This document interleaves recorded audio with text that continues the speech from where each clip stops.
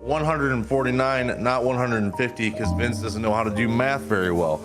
So it's episode 149. I think we did 149, I think, like a week or two ago as well. So that was pretty cool. Anywho, yeah, so we got a couple guests here. As always, we got Mr. Pure Instinct. What's up, man? What's up? Good to see you, dude. How you doing? I'm good, dude. It's good to see you. I'm glad to be back. Yeah, man. I mean, after having to take last week off because somebody didn't have any power, so Yeah, you know. somebody didn't have electricity. Yeah, some fucking nerd. Who this dude thinks he is, like the host or something. Yeah, right. Fucking asshole. DoggGaming, what's going on, man? Good to see you. How you doing? I'm doing well, thanks. Glad to be back. Hell yeah, hell yeah. And then, as always, the amazing co-host who's a little sleepy today, Sadomi. What's going on, man? Hello. Good morning. Hopefully, everyone's getting a nice full 8 hours of sleep a night. If you are, I'm jealous. If not, well, we're not. Is 8 more than 2? Let's ask Vince. Yeah. I think I rocked a solid 4 last night. Ooh, okay. That's pretty good. I actually got some good sleep because I was camping all weekend. And so I was sleeping in like 90-degree weather. And so yesterday I had AC and a fan on, so I was knocked out cold. All right, so we have just a few topics today, nothing crazy. What seems to be going on is everybody only wants to talk about Dr. Disrespect, even though there's literally no news ever about it at all. They keep updating these stupid articles and just continuing to say, we still don't know anything, but we're going to keep these articles as relevant as possible. Even like it's so stupid. So there's a lot of Dr. Disrespect news and barely any of it is actual news. But the first topic we have today is Twitch offers a 10% discount on subscriptions if you use cryptocurrency. So if you were to go and like either subscribe to a channel or gift a sub to a channel, you can choose cryptocurrency. You'll get a 10% discount on that. I've never used cryptocurrency of any kind ever, so I have no idea how any of it works. But if that's something that you like, that's a pretty cool incentive to use that over regular money, Has anybody here used cryptocurrency ever or know anything about it? No, No, not really. I know a bit about it, but I haven't used it because, well, I'm broke.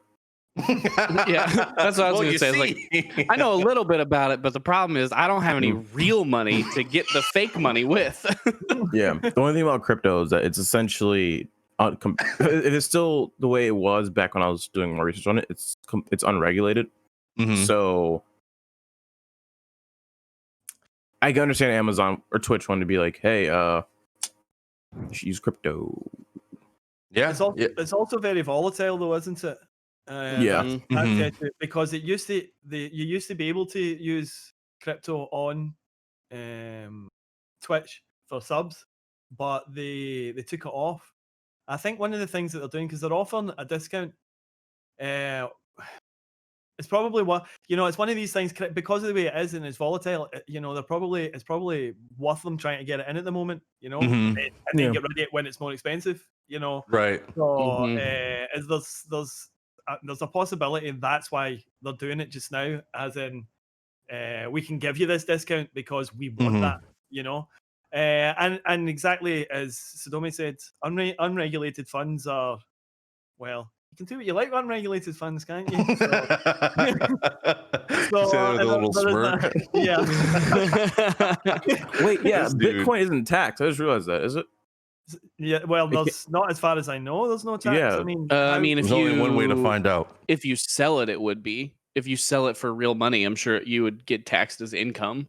But like if you exchange the Bitcoin for a good, whoever takes in that Bitcoin wouldn't be taxed on it until they sold it. Yeah. Interesting. So, as far as I know. I mean, that's the thing, though. That then creates a Bitcoin market that's separate from, where the cash can keep just going round if people don't cash it out. Do you know what I mean? So that's, it's interesting, and I've seen a lot of people say it's the future and stuff, and it might well be, but it'll take a massive world event for that to be the case. Do you know what I mean? When everyone can generate crypto, and before the governments get their hands on learning how to tax it, it's like 20 years from now, then crypto might make some progress. Yeah. So like 2 years from now, whenever everybody can make it, and 20 years from now, when the government catches up to technology. Actually, it's money, so it might be 6 months from now. Yeah. Oh yeah, they'll figure that out. It's money that they don't have. Yeah, they want Not money to help a recession / pandemic. Screw all that. That's not important. But wait, there's money we can't get from the people? What? I can get more of No, it? we got to start stealing this money. Like right now. Let's talk about taxes some more. But yeah, so I just thought this was I just thought this was interesting. They don't offer it for bits or anything like that. I checked already. They could in the future, depending on how well this does. You know what I mean? But I just thought it was interesting. Something that Twitch is doing different, and especially right now because cryptocurrency hasn't really been like talked about too much in what feels like months with everything going on. So, next topic, and the only thing we're going to be talking about Dr. Disrespect about, and it's a very, very small little blurb of news. Dr. Disrespect is considering filing a lawsuit against Twitch. He doesn't specify what the grounds would be or anything, but he is considering that because he is saying that he has no idea why he was banned, and Twitch has obviously come out and said that they're not going to tell anybody. So it's just interesting to see this. I kind of hope that this continues to go just so we can hopefully learn something at the end of all this. Does anybody have anything about Dr. Disrespect possibly banning or suing Twitch?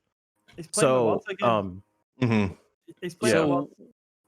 one thing that I read a lot.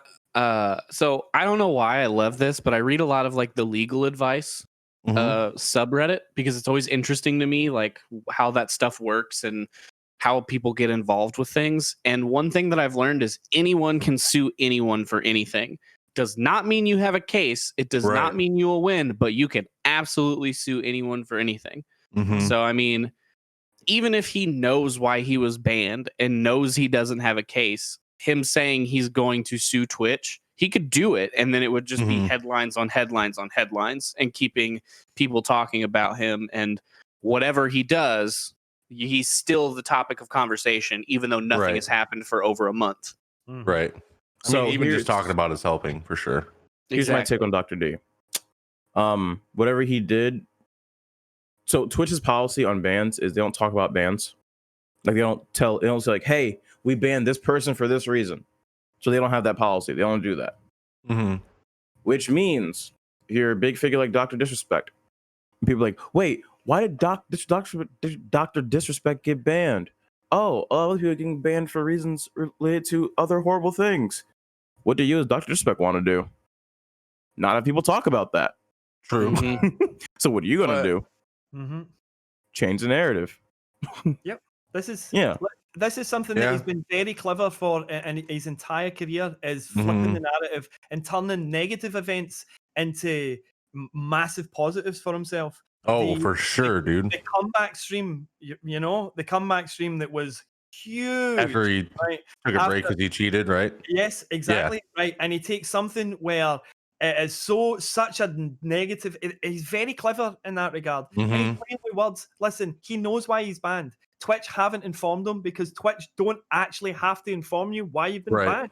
That's part of the deal. That's it. It's their company. They can turn around and they say, but the one thing we can guarantee is this: look, Twitch haven't banned them for nothing. You don't get rid of an earner like that for nothing, right? You don't get rid of someone like that for nothing when they've just signed a huge multi-million dollar contract with you. Do you know what I mean? And because for all sorts of reasons, and also the legal thing. I mean, he's saying he's considering soon. Yeah, I'm considering that I might go out on a date with Charlotte Johansson. You know what I mean?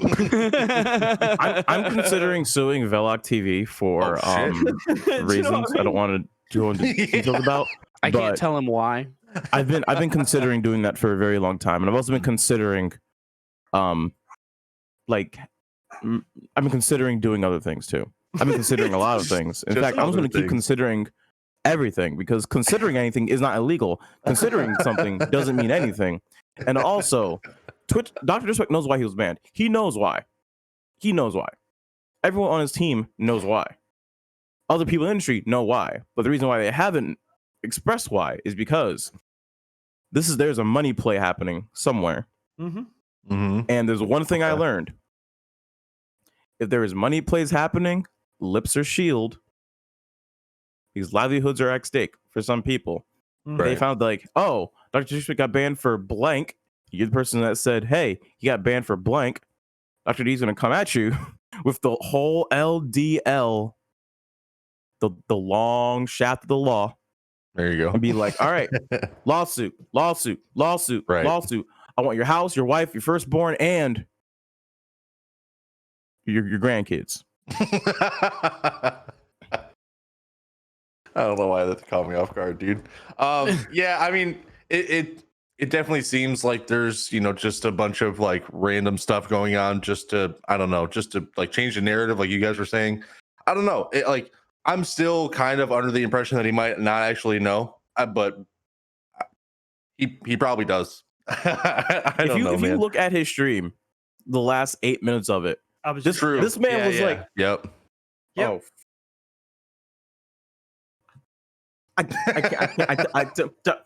right.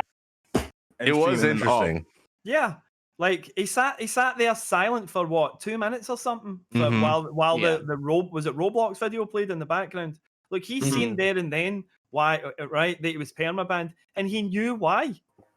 He knew why, right? If he didn't know why, that wouldn't have been the reaction. You wouldn't have seen someone sitting there completely crushed. You wouldn't, him saying that he was going to stop early, but he feels like he's going to continue because he knows he's done. He knows that's the last stream that he's having. Do you know what I mean? So look, if that was something where he's like, he would have laughed it off. That's who Doc is. I've been banned for what? Do you know what I mean? Right. Do you know what I mean? So look, he knows why he's banned. I'm not saying necessarily that he's definitely guilty of the thing that he's been banned for, but he knows why he's banned. It's and he's just playing with words because, as we've said on numerous occasions, streamers at that end, they hate taking a week off, right? They hate taking a week off because of that dip in revenue, right? Like that's what, 4 weeks he's been gone now. The dip in revenue is huge. It's a rebuild project again when you come in. Do you know what I mean? And you've got viewers that are away watching other streamers that have subbed to other streamers. Do you know what I mean? And that are maybe getting pulled into their community. So, he's got to keep the focus as much on him as possible. Keep talking about me. I'm still relevant. Do you know what I mean? And then the reality, until you stream again, you're not relevant. Until you're putting content out there, it's not relevant. That's all. That's it. Do you know what I mean? Right now, he's just someone who's been banned. Do you know what I mean? So he has to do anything possible to have us all continually talk about him, which is why we're just getting these regurgitated, minuscule, cut and paste interviews. Do you know what I mean? Yeah. So I want to respond to something Arctic said in chat.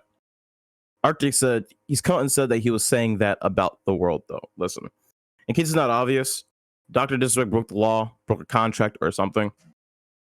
If you ever break the law or a contract, no matter, even if you're in the wrong, even if you did the most horrible thing in the world, no one wants to go to jail. No one wants to get punished for crimes. So the first thing you're going to do is never say you did X crime or never admit anywhere close to doing X crime. Because guess what? If he didn't care about that, if it was actually about the world, he wouldn't have his publicist there. Literally, here's how the interview went. If you read the interview, he would. This was the interviewer. I'm Dr. Disrespect. This was his publicist. Dr. D's like, hey, so I actually. Sir, we need you to stop right now. This is not a question we asked you to ask. So if you please stop, you're not getting interviewed. Please shut up and answer these questions right here. Okay, good. Thank you. Bye. Yeah. He lawyered up. He deleted Facebook and he hit the gym. Right. Lemon Tree says he has people's attention now. I never watched him before, but I'm glued to his story.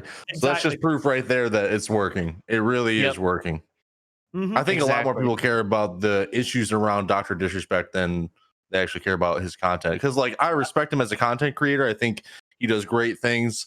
I don't really care for his content too much. I don't really watch him, but it is interesting that like he seems to always have something going on with him. You know what I mean? He's like, He's like that guy. He's like the Charlie Sheen of Twitch, if you think about it. You know what I mean? Looks like him too a little bit. Yeah, a little, yeah.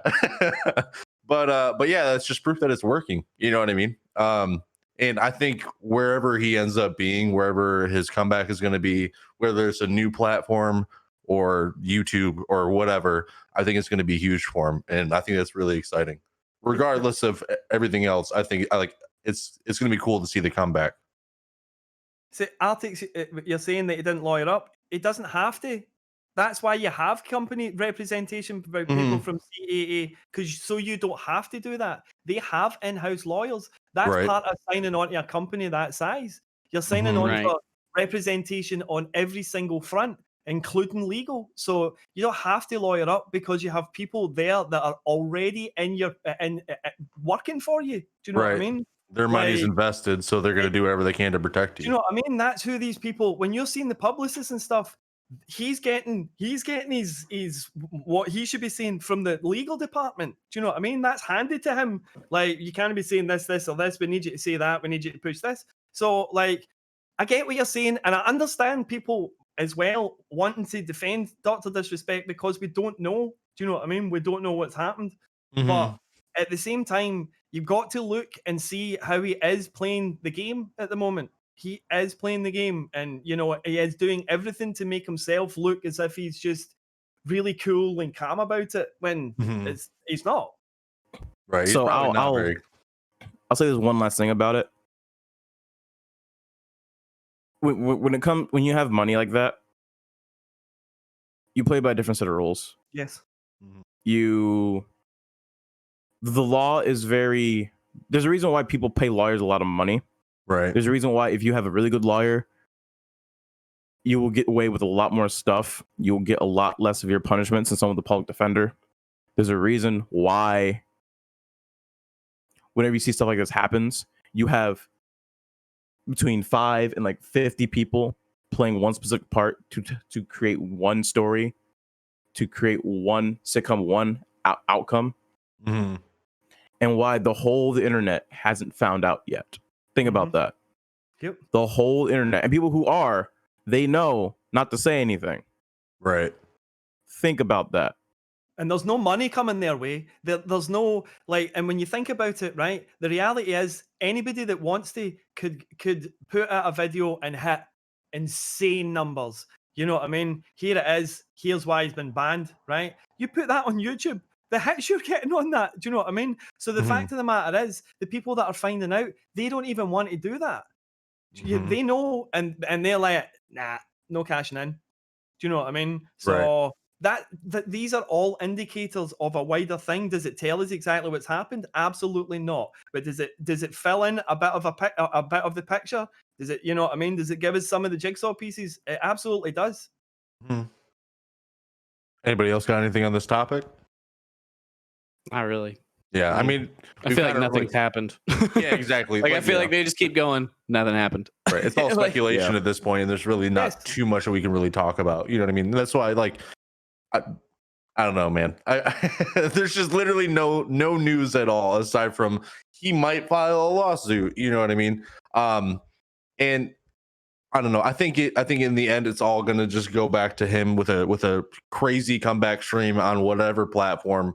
Yep. And this will probably never be talked about again once that happens. You know what I mean? Like, it's probably just going to get pushed under the rug and people are just going to forget about it because at least he's back now, you know, or when that does happen.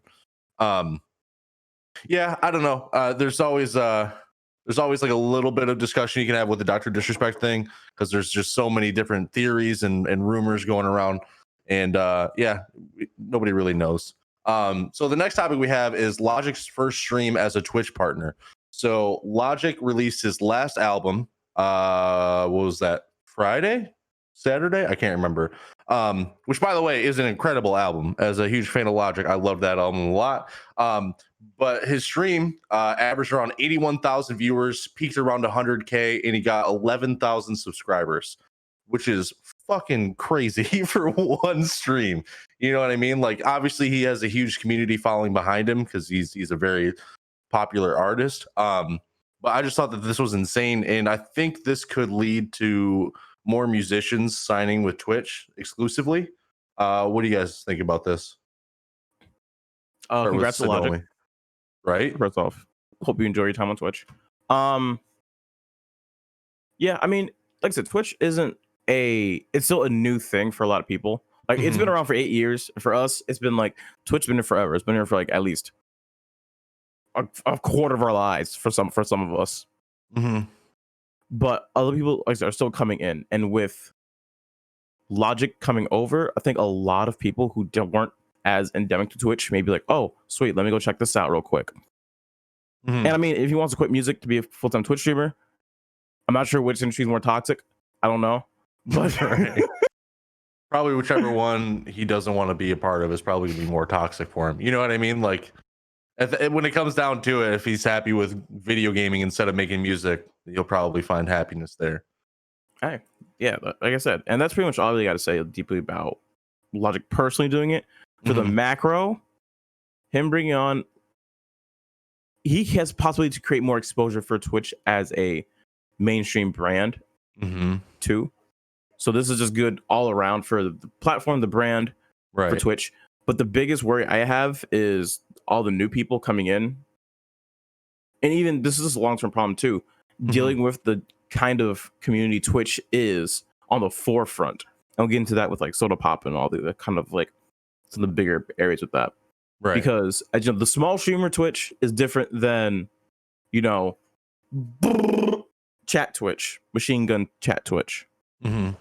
So I want to see if that will affect how people view Twitch in the mainstream, because also right now it's with all the bad stuff happening in the industry, I'm scared that people are kind of getting a bad impression of Twitch, not only as like viewers, but also advertisers, brands. You're roboting. Oh. Yeah, new PC coming in like there we go, a year and a half. Almost here.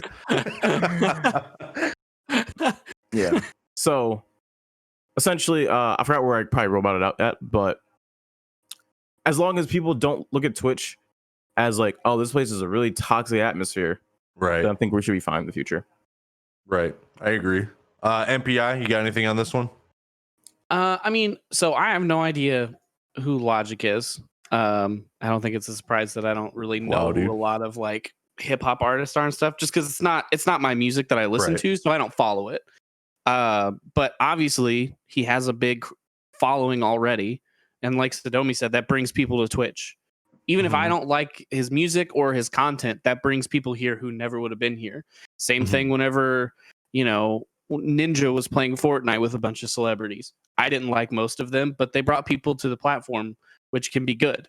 And Sadomi makes a really good point that like huge Twitch is way different than small Twitch. And I think the people that will find their way through the mess to small Twitch would be the people that you want to be in communities anyway. They cared enough to find that area versus just going, all right, well, this is the guy who has millions of views. Okay, so where do I go after Logic? Oh, this Tim the Tapman guy has millions of views. I'll go here because that's who I'm supposed to watch. The people who go through the weeds to find our area of Twitch will be the people who want to be there.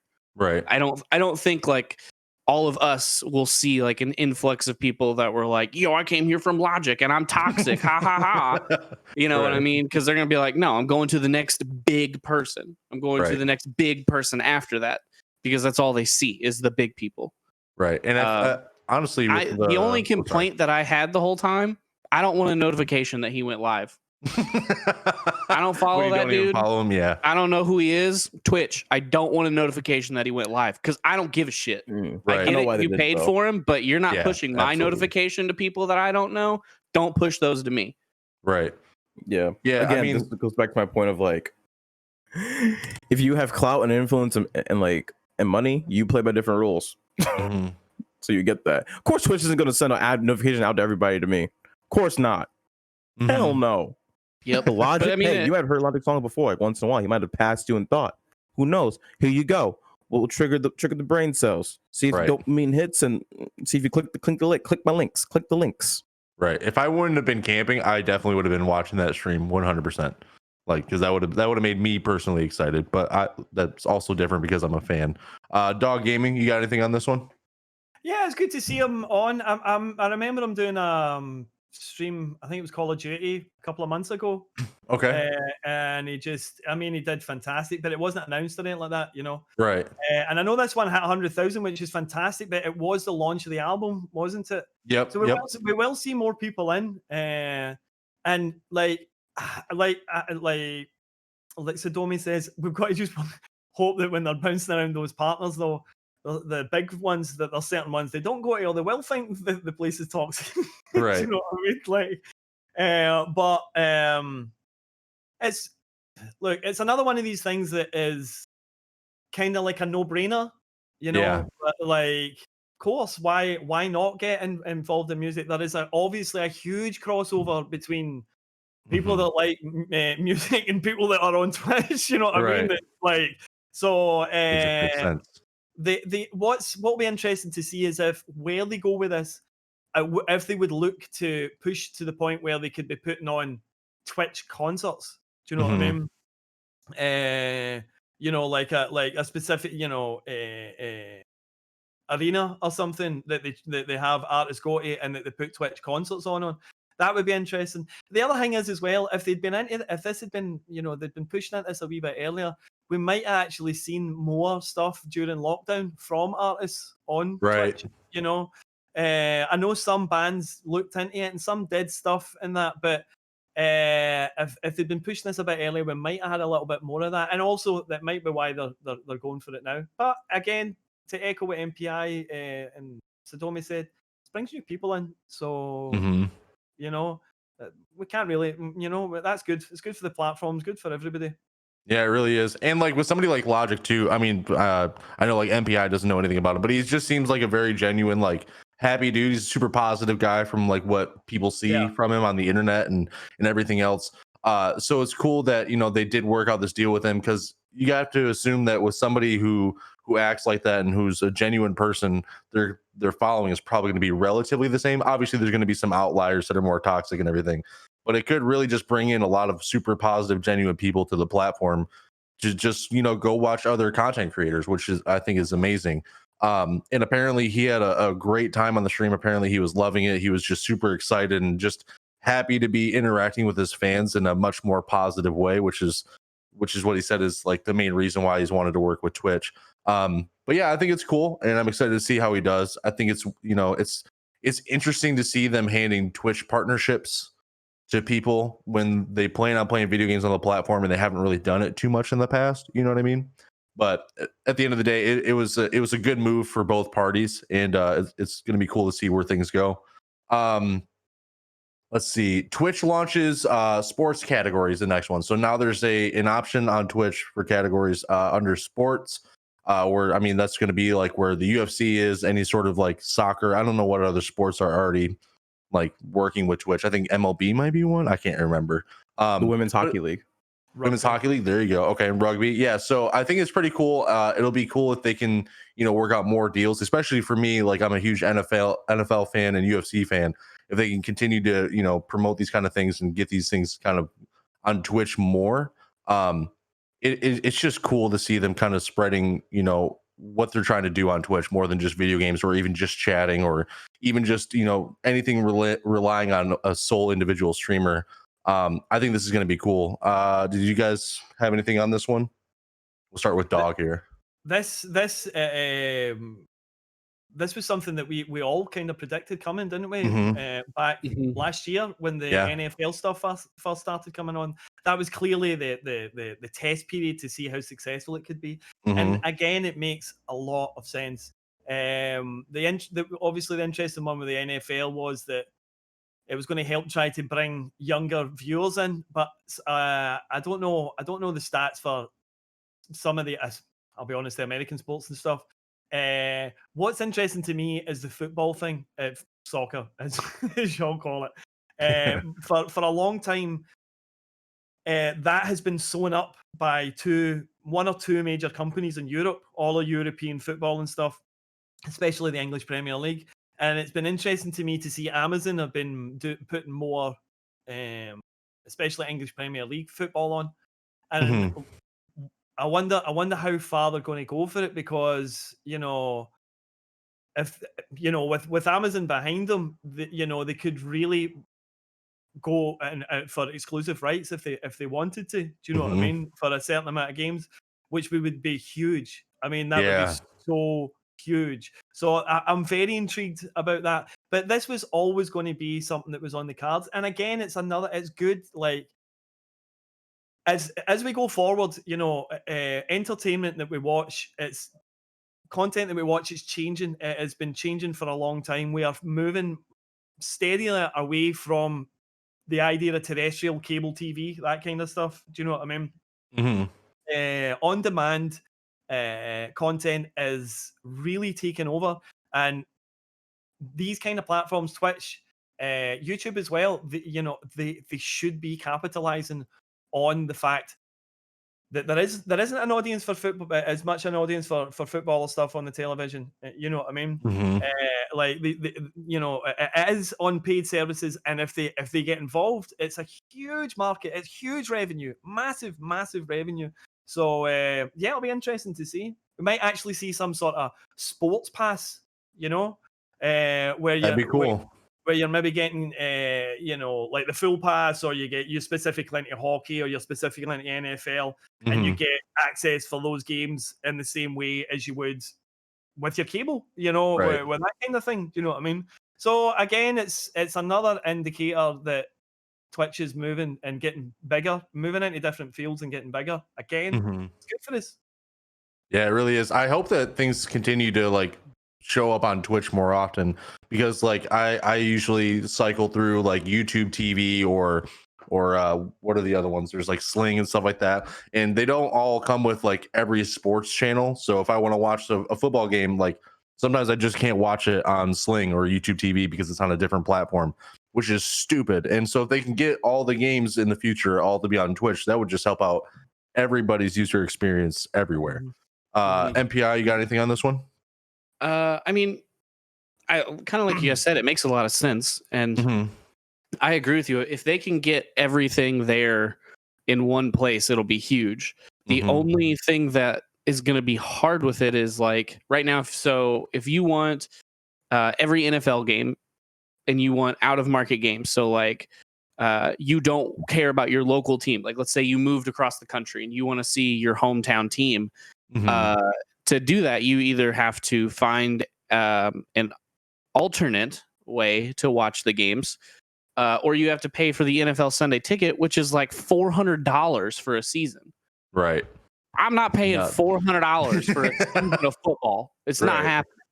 So if Twitch can have something where it's either affordable, or I can just watch it like we have everything else on Twitch, then it's great. But if it's going to be as expensive, don't waste your time, Twitch. No one's going to buy it.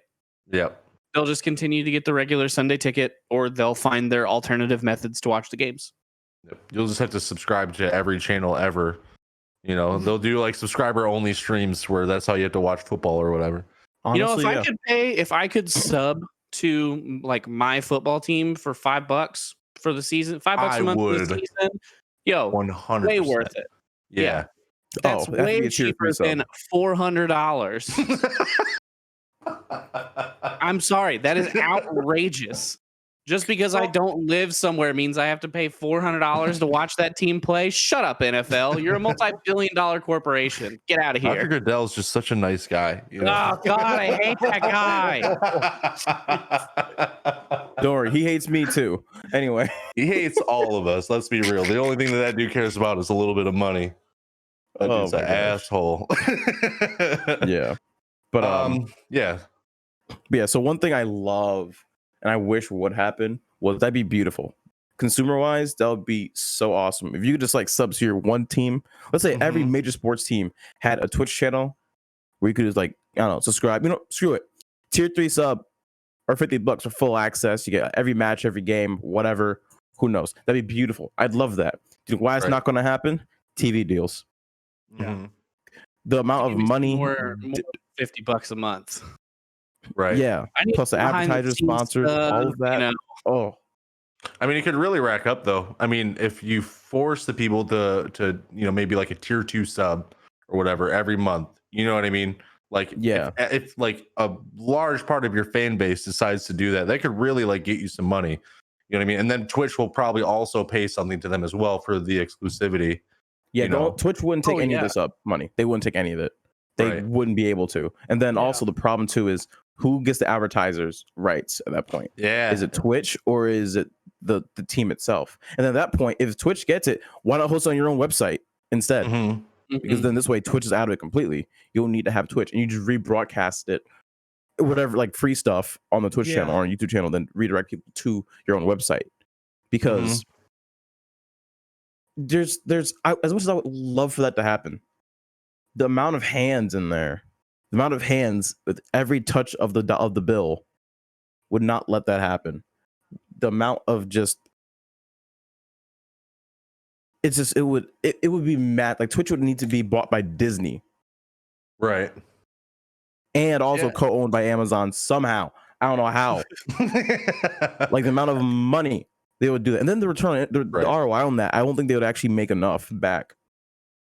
Because I don't know. I really feel like they wouldn't make enough back for it to justify, for Twitch to justify leveraging for those rights. Right. Because those TV contracts are Sky Sports pays like, I'm not sure the actual number, but I'm sure it's like billions. Right. For the EPL. Yeah. And I'm sure that's a lot of money. That's not even exclusive. That's not exclusive though. Do you know what I mean? Because you'll get EPL games on 2 different platforms. Do you know what I mean? So that's what I'm saying though. Like when you pay for the rights, you're paying for a certain percentage of the games, you know? And that's where, so you don't have to go in and buy all of the rights. Do you know what I mean? You can go in, and if you're bringing enough money, then you start negotiating for what matches you get. You know, and you get the bigger matches. You fight for the matches you think is going to bring you in more revenue. Do you know what I mean? So that's the thing. There is a way to get in, certainly for the soccer market. There is certainly a way to get involved in that. Do you know what I mean? And the thing is about like these leagues, they are not turning down the idea of another what do you call it, contender coming in to bid for rights. You know? Yeah, no, they want that. They want that. Exactly. You're bidding too? Yo, Sky, 5 extra on top right now. So the thing is, the fact that Amazon have been showing EPL matches, which means there's already business agreements in place between Amazon and the EPL. So those connections they're already being in place. So that's what I'm wondering, if it's going to build to that. Do you know what I mean? To them starting to make a play, because. Yeah, especially after this season with the EPL, because they are struggling, True. Like, I forgot about that. Corona has really, really hurt them, They've finished their season, so they've got all the costs still. They've not been able to furlough players. They've not been able to do all that. So in that regard, and they've lost huge, because you can guarantee all the pubs cancelled all their subscriptions to, all their passes, so that's all the last 4 months of revenue. So you're roboting hard. Oh, sorry. Is everything good? I think so. Am I back? Nope. I don't know what's going on. It's all good. Discord's been having some issues today, chat. So just bear with us a little bit. We had some difficulties before we started at the stream. Dog, I think you're back now. Maybe. I don't know now. Looks like you froze again. Yeah, I froze. What is going on? Awful. What is going on right now? Discord's not working for me. Yeah, I can hear you, but I don't think you can hear me. Hold on.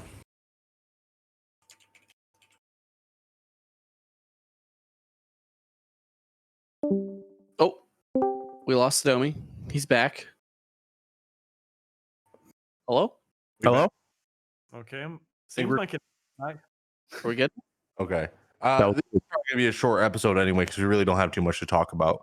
But yeah, so bear with us today, chat. Sorry, guys. Discord is just kind of being a little rude. It's being even more rude to Vince right now. That was brutal. Sorry, Vince. But Dog, what were you saying, man? I'm sorry. It'll be interesting to see if they get involved in the market. There's obviously already connections being made. So as for the NFL and stuff like that, I have no clue. Mhm. I really don't know about the numbers in that regard. I have no frame of reference. So Right.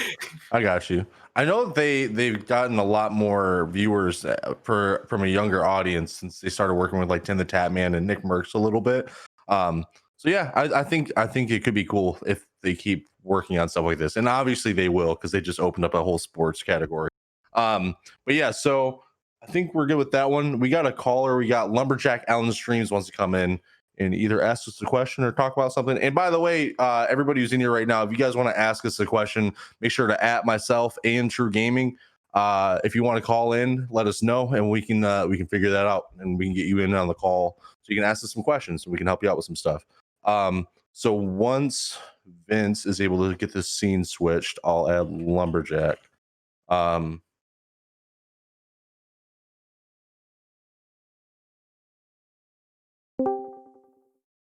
What's up, man? How's it going? Going pretty good. What's up? So two things. One, I want to just ask real quick about your previous topic. How do they have it set up for like with Tim when he shows like the NFL games? And could they do something similar to how they have it with Tim? And then because like they show the ads when it goes cuts to ads. So I don't know, do they cut like 50-50 with like Twitch and the NFL, or like how is that working? Or I don't know if they've actually released how much, what the split is for who's making the money on that. I think that the ads work very differently for the NFL games than they do for normal streams, because even as a sub, you still see the ads, you still see it all. Like it's not hidden from anybody, I don't think. From the few football games that I watched on Tim's stream myself, it seems to be very, very different. And I know that it's probably, it's not as big of a deal as, as like an all season games would be, because it's literally just Thursday night football and that's it. There's no Sunday games. There's nothing. There's no Monday games, anything like that. So it is very different for sure. And I think that it would really complicate things if you started bringing every game in the NFL over to Twitch. Like it would definitely add some, like it would make it more complex for sure. But as far as like how the ad revenue works or anything like that, I don't think that they've released anything about that. Does anybody else happen to know? I'd be surprised if Tim was getting anything from those ads. Same. Right. Same. Yeah, I would guess he's probably not, because those are the same ones you see on TV. Right. Yeah. Yeah. So I would they'll say, just make if money anything, from it's the just NFL. like he's making money from his normals like subs and tips. Yes. Right. Yeah. And So here's what I perhaps- think is and perhaps happening. Some sort of payment, From the perhaps NFL, right. From the NFL, But yeah, I would imagine that that's how they'll look at it. Look, you're getting to put the games on. That's going to bring more subs to you, for people that wouldn't normally sub. So you are making money. That's also making Twitch money. So I don't think any of the ad revenue is going near Twitch or Tim. Right. Again, I feel like Tim's not getting like anything. Well, he's not getting anything tangible for this deal, really. Like maybe Yeah, he's he like just gets his like subs and tips, and that's about it. yeah. I Right. think Twitch was like, hey, listen, so we're gonna deal with the NFL. You're brand friendly, and you actually have a more vested interest in the NFL than like most of the nerds here. So right. So we're gonna use you. You can say no if you want, but if you say no, like, why would you? And he's like, yeah, good point. And then, and then they're like, so all you gotta do is just whenever ads come on, so you don't piss off the NFL, just mute your mic, turn your camera off, full screen it. Right. Yeah, it could be. That could be exactly what he does. Yeah. Lumber. So yeah, I'm sorry we really can help you out more. Do you have anything else for us, man? Oh yeah, no. My actual question was, so I don't know if you talked about it earlier, but rumor has it that Dr. Disrespect is going to start his own streaming website. And how viable do you think would be if like him, Dr. Disrespect, Ninja, like all like they pooled their resources together to make their own streaming website? Do you think that would work at all, or It would fail. Yep. You think so? Yeah. Yeah, I don't think it 100%. would do well. Here's why. Okay. The Yep. issue with the same reason why Mixer didn't succeed, why you see so many other streaming platforms like D Live and all that other stuff does not make it. It takes a lot to build a streaming platform. Right. You need to have because it takes a lot of commitment to be a viewer and a creator for streaming. Also, every other streamer is in direct competition with every other streamer. Right. With the YouTube videos, you can always go back and watch a video later. Like I have a video series from Totally Not Mark that I put on hold, but I can watch that again like next week, and I'll still watch it. But a live stream, if all 6 of us are live right now, one person can really only at max have full attention on like 1 or 2 people. Right. Okay. And if you're on mobile, you only have one stream at a time anyway, and a lot of Twitch is like mobile.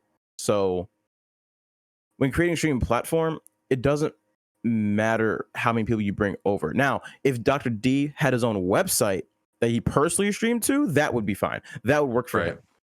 But you're not going to bring over a extremely substantial audience, because if Ninja couldn't bring people over and Shroud couldn't bring people over to Mixer, that tells you that people are on the platform for more reasons than just individual creators. They're there as kind of like a homestead, and having to learn a new system will automatically turn people off. Again, like I said all the time before, more clicks equals less people to go through. If it takes me like 10 clicks to get used to something, I might dip out at 6 clicks. So I'm like, okay, screw it, not worth it. So it wouldn't succeed. Yeah, it wouldn't succeed. I mean, look, we can use Mixer as the exact template of why it wouldn't succeed. You know, the amount of money involved in setting up a platform like that in itself, you know, like he's willing to sink his money into it. And the other thing is, as well, as we spoke about on this, and Sadomi's just talking about this, 5%. That was the figures that came out. 5% of Shroud's Twitch viewers followed him to Mixer. 5%, right? So that's that in itself.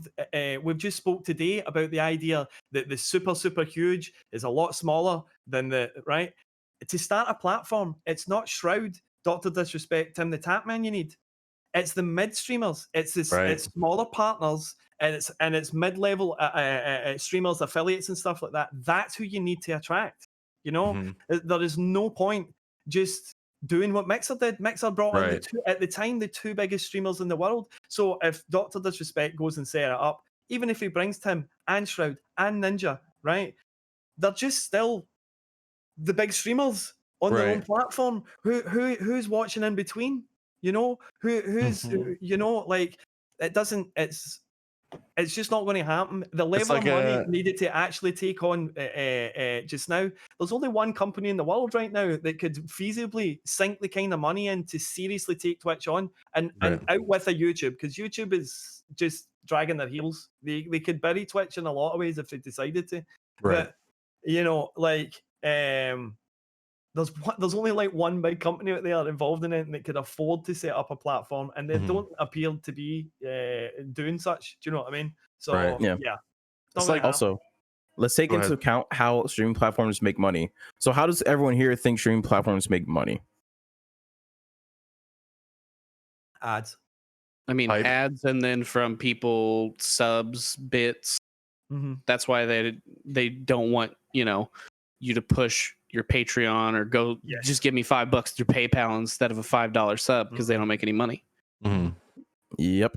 So when you think of like a streaming platform, you also think who benefits from selling ads and from taking a cut from streamer donations on platform. The platform? Yeah, so it's like ads, so like you know, companies that have an interest in ads. So like, sure, you can like make money, generate any income from ads if you're making a streaming platform. But if you're a big business, like that would be able to back a good competitive streaming platform, you need to have already a platform that works well based on ads. Good example, Facebook works well on ads. The whole thing's a freaking ad at this point. YouTube, I took off YouTube Premium for 30 minutes and I watched 57 ads. I don't know how people still watch YouTube without like ad block or paying for premium. I don't get it.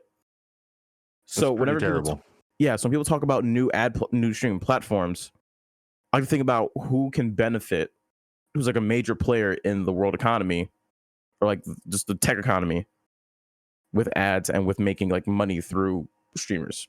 So I don't see Dr. D and if he made his own site where he streamed to, he's fine.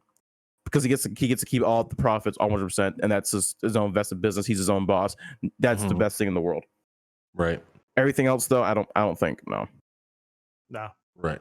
And Dogg, like you were saying, I mean, it's like I said a few weeks ago. I mean, Mixer, I think, would have done better if it tried to bring up and coming streamers as opposed to highlight streamers that people already know about. So like if you bring over streamers to a different website, it's really like it might create some hype and you might talk about the platform a little bit, but that's not what's going to make people excited enough to go over there and check to see what's going on, because they're not uplifting up and coming content creators. They're just taking things that are already established and just bringing them over to their platform, and nobody cares about that. You know what I mean? Like people like to see Tim the Tatman on Twitch, but they're not going to move over to Mixer to see him, and that's been proven through Ninja and Shroud, which are two. I mean, they're kind of similar, but I mean, I think Shroud is a better, personality, to be honest, and it still didn't work for him. You know what I mean?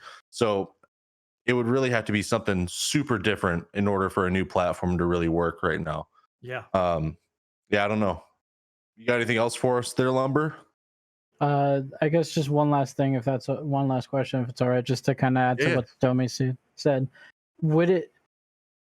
Do you see a lot of those big streamers maybe doing their own websites? Would that be like the next step in streaming? Like Ninja makes his own website and does his streaming. Dr. District makes his own, like because you said like that would be the only way it would work is if they just made their own personal websites and they had their own would that be like the next step for those big guys, just to cut out the middleman? The middleman right now is important to them just because the discovery aspect is important. Like the fact that, if you go on Twitch and press just browse, Tim Tatman's up top. That's great for him. If you're new to Twitch, you'll see Tim. Tim's probably on the front page. I don't know how he's on there sometimes. Just you can find Tim the Tatman pretty easily, right? If you look on Twitch. Yeah. Everyone else though, you can't find me. Unless you're looking for me, you can't find me. And that's the same with a lot of other streamers who aren't like super big. But if you're that big, the discovery feature of Twitch is beneficial to you. If you are going for the money play and you can't get a deal, then definitely your own site might be a future play. But I feel like the discovery benefits would outweigh that in the long term versus the short term. Right. Because once the internet hype dies down, if you, he has his own site, let's go check it out, people are gonna forget about it. Unless you co-stream to Twitch, which you could do. Could you do that? I negotiate a partner. I think you might be. I think you might. I'm gonna say probably not. Yeah. You could embed your Twitch stream to your site, and then this way get people used to going to the site, and then after like a year or so, just see what happens. Right. I mean, but then again, like there's a trade-off as well there. You run your own site, that means you need extra content, different type of content for the site itself, right. Because to keep it fresh. It's not just Twitch. It's not, like you can't just have people coming to the same thing all the time, otherwise it looks really unprofessional as well if it's just the stream goes up and then there's very little behind it. So there's a whole extra dimension there that you're going to make more money, but you've got an extra time outlay, for content creation and stuff like that. So there is the discoverability is absolutely the big thing though, like you have to do all your own work then, like if I bring someone new to Twitch, right? If I've got a friend that's never seen Twitch and I tell them come and watch my channel, right? And they watch my channel. Now when they're on Twitch, they've now got the discoverability. There's the chance that they're going to watch Tim because he's the biggest streamer, right? That he didn't have to do anything to get that view, and that's the difference. You're going to have to work harder to get your viewers, So that's the main issue. Like Sadomi said, is discoverability. It's free real estate on Twitch. Do you know what I mean? Right. It's like, so yeah. With Dr. Disrespect though, it's a different situation because of everything that's involved in it. For someone like Ninja, Shroud, they're just sitting weighing up their options on an island probably just now with a lot of money. Right. Do you know what I mean? Like, for Dr. Disrespect though, it's a far more realistic possibility. Do you know what I mean? The issue with streaming on your own website would be that you're the only thing on there. So there's really nothing keeping people on your website aside from you. So if you're offline, you're not watching. The cool thing about Twitch is that like you can go watch other things, and then when you see Tim the Tatman go live, like you already know, like there's no like going to a different website or anything. Like everybody's already on Twitch. So there's just a lot more people all the time on Twitch than there would be on, you know, an individual streamer's website. And it'd be hard. Like I think eventually the hype would die down on an individual website because there's nothing else keeping that person there. You know what I mean? Like there's nothing. I'd rather go to YouTube and watch a montage later or like an edit of, you know, of a stream. Yeah, but also the benefits of having your own land. You can't ban. You can't get banned. You can't get banned. Yeah, you legit can do whatever the hell you want to. You could come on stream with your pants down, hanging the dangling down to your knees, and just be like, "Well, that's a slip." Pull it back up, and you're good. Or just leave them. You know, you can negotiate way better deals. You can negotiate way better deals. If you do decide to have sub options for some reason, if you do, take 100% of that cut. 100% of that cut. Yep. Same thing. Donations, everything else, bits. Yeah. You wouldn't need any of that garbage. The revenue definitely increases. Absolutely. For sure. But the audience decreases significantly. So it's all dependent on what you're trying to do with your content. You know what I mean? There's so many different like positives and negatives to each thing. More ad space, better. So I think better statistics too, because you have your own site. You can actually install the Google Analytics tools and get much better down to the like how old they are, like how many times they click on your link from which site. You can use that information to leverage better deals for advertisers. You can post whatever you want to post. Right. Like discoverability on your own website. That's pretty good.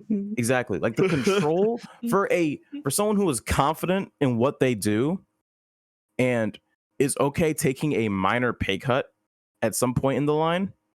I think that would be the most freeing place to be. Yeah, 100%. Yeah. Big agree. Anybody else got anything on this? Lumber, were we able to help you out there, man? Yeah, no, that answered all my questions. Thanks, guys. Awesome. Hell yeah, dude. Problem. Thank you. Thanks for calling in, man. Later, guys. Later. Take it easy. Later. Chat. So yeah, if anybody else wants to call in and ask us any questions or talk about a topic that we've been discussing or are currently discussing at the time, just let me know and we'll figure it out for you. All right. Next topic we have is Twitch tells U.S. Army to stop sharing fake prize giveaways that send users to recruiting page. I was in the Army National Guard, and I could totally see this being a thing. So basically, what was going on is these people, the people that were running the stream, were talking about these giveaways. You just have to go to this website, but it just brought you to the Army recruiting page, and like that is 100% something that I could see every single one of my leaders doing it back when I was in the Army. Like, let's just trick them into, you know, to just go to the page because there's probably a quota for how many clicks they have on the recruiting page during their stream. Yep. So they're going to do whatever they can because recruiters don't really give a single shit about how they do anything. They're like a used car salesman and they're just trying to reach their quota as much as possible. But yeah, Twitch had to force the Army to stop doing this, obviously. But like, it's just, it's I don't know who wants to talk about this first here. So what you said is my biggest thing. The fact that Twitch actually stepped in and said something, hey, no, you can't do that, tells you that you goofed up because Twitch does not want to deal with that. They do not want to be a moderator. That's why you have mods in your chat. That's why, you know, you have like community mods and things. They do not want to be involved. So as soon as Twitch actually comes to you and says, no, stop it, you messed up real bad. I have my opinions about the military in America, but essentially I'm not surprised. I was so not surprised. I was so not surprised. I forgot this was even news. This was just like Tuesday. Right. Because the military doesn't care about doing things the wrong way like that. You know what I mean? Like, yeah, they just need bodies. Yeah, exactly. 100%. That's all that it is. It's all just trying to get you to sign up, and then after that, you know, like they couldn't give a single more shit about you. You know what I mean? Yeah. Like, Oh, I mean, Yep. as I was reading the article, it was saying that a spokesperson said that, oh yeah, they were still included. It happened through a URL thing, this, that, the next thing. Just this mealy mouth nonsense. It's like, did anybody win it? No, that's the question, right? Like, did someone win the giveaway, the Xbox Series controller? Because if they did, then the giveaway actually was real. Because if not, they're literally just scamming. It was never real. Yeah, exactly. But then they come out and mealy mouthed about it. It's the latest in a long line of embarrassments for the esports Twitch division. it's a stupid idea. Yeah, Mhm. it's so cynical, and I have to be honest. What from the outside sitting in the UK, they've managed to make themselves a meme, and not in the way that they would like. Right. Right, you had people speed running to try and get banned on their channels as quickly as possible. Mhm. You've now had a streamer, and what is it, the Night First Amendment organization? Yeah. I almost put that one on here, but that one was and really, they really need to rethink it. Are we good? yeah, we're good. We're good. We're going again. Okay. They really need to rethink their approach. They seem to be taking the same kind of blatant and heavy-handed recruiting processes that they've done in high schools and outside shopping malls and such like that, you know. And they seem to be thinking that they can bring it to the online space as well, but it's just not going to fly. they have no idea what they're doing. I think you make a really good point there, because and I feel like the only reason they showed up on Twitch at all is because of COVID. They can't go to high schools and malls and college campuses to prey on people. So they went to social media and Twitch, where people are at. Mhm. They found where the younger demographic is, that are, you know, graduating high school or in college, who are like, you know, the people that they're going to go try to talk to. And they went, oh, well, I can't go physically anywhere. Where can we do this online? Because it's not going to fly on just like a Facebook post. Obviously, you're not going to get anywhere with that. So the next best thing was a direct live interaction via Twitch. And apparently, whoever set that up had never been on Twitch before. Because obviously you're going to get trolled. It's going to happen, especially if you're a branch of the military or a government agency. You're going to get super trolled. Right. Like, that's what the internet does, man. And then to have a fake giveaway that people click on, and then they're put in a database that you're going to now, you know, berate them with phone calls to join you. Terrible. It's a terrible idea. Right. It's not the right demographic of people. Like, yeah, it is the younger audience, which is what you want. But you don't want the person that wants to play Fortnite for a living. You know what I mean? Like, you're not going after that person. You're going after, like, you know, a high school athlete, you know, somebody who's super patriotic, probably doesn't spend too much time on Twitch. You know what I mean? Because like that's the kind of person that you want, and that's not really the most prominent thing on Twitch. You know what I mean? Like, it's just not the right space at all. And they all they saw was a young user base, and they just wanted to go to that, but it's not the right people. It's just not, and they messed up bad. It's really bad. Also, let's take this into a completely different spin too. Yeah, assume like, because there's not only people, like, Twitch has people who are 13 on it, because you get to be 13 to make an account. So they technically have a reach for 13-year-olds as well. Yeah. Imagine getting approached as an army recruiter when you're 13. Like, listen, you have a great life. You're doing the military. You have to do is wait 5 years. Okay, do good in high school. You can be a nice army officer. You'll have a great life.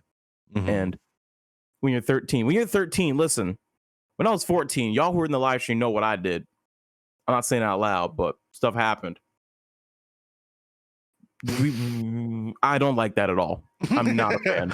I don't know what's going on right now. Yeah, I agree. And the other thing too is, like, Twitch isn't just a site in the US. Right. So you had people watching that stream from all over the planet who were clicking that link to enter the giveaway, and now their information is in that database, and you're going to call them and go, "Oh, you live in the UK. Do you do you want to come join the army? And they're gonna be like, what the fuck's wrong with you? Do you Like, want to? I Doesn't don't that, like it. actually get you like arrested in other countries? I feel like it would. Data farm and stuff like that. Like No, like if you decide to join the U.S. Army while you're in Malaysia. I mean, it would probably be have to allowed? be like a very specific set of countries. Like, Mhm. but that's what I'm saying. Like, yeah, exactly. Because would you just be able to join if you're just from Malaysia? Would you be able to just join like the American? No, you would not. You would need to be a Yeah. citizen first. Yeah. So So you'd have to be a citizen yeah. first. So they're I they're don't just know. getting this Army not to information put for paperwork, though. nothing. I don't think you necessarily need to be a citizen.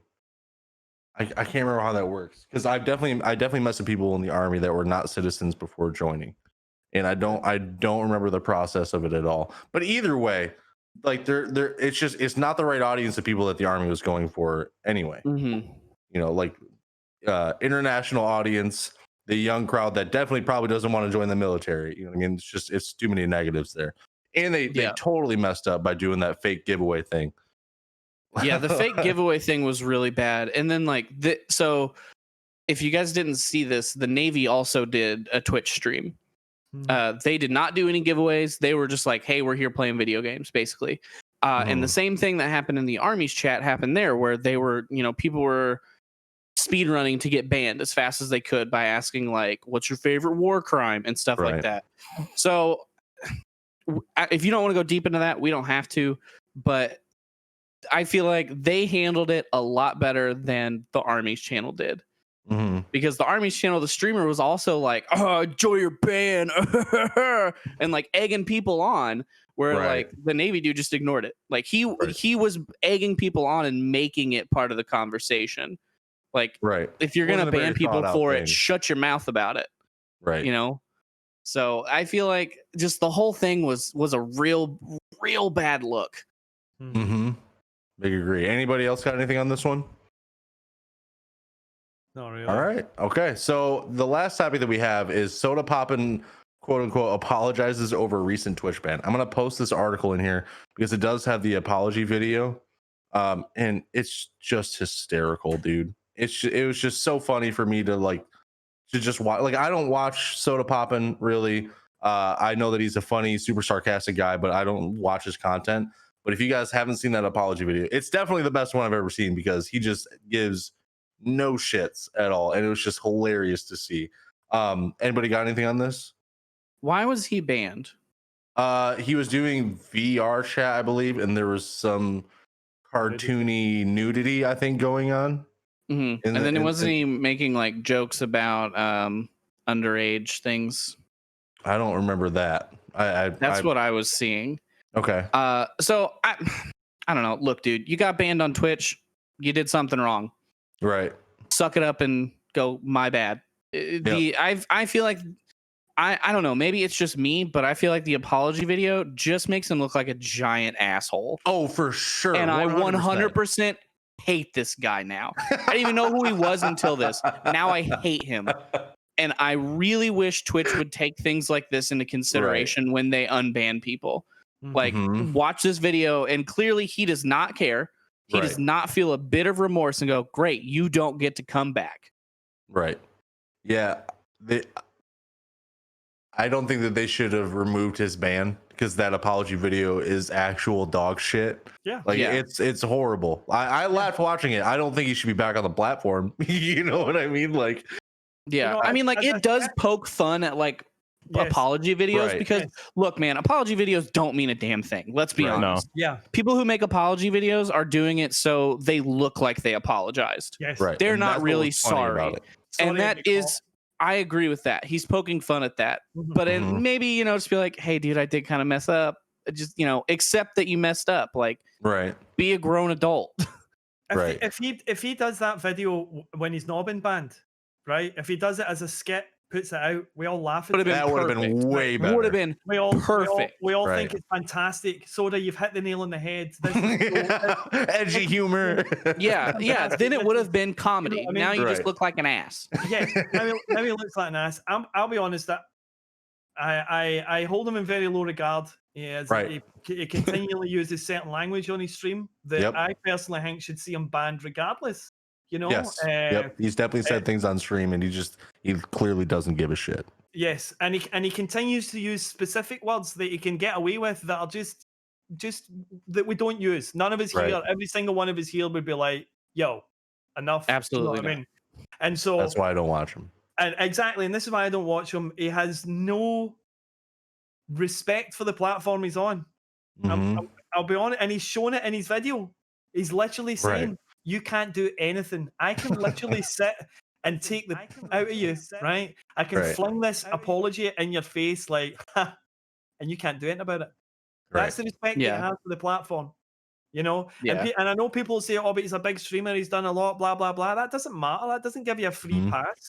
That doesn't make you immune to having to abide by the standard rules of decent human decent human attitudes. Do you know what I mean? Like some of this stuff, I don't know.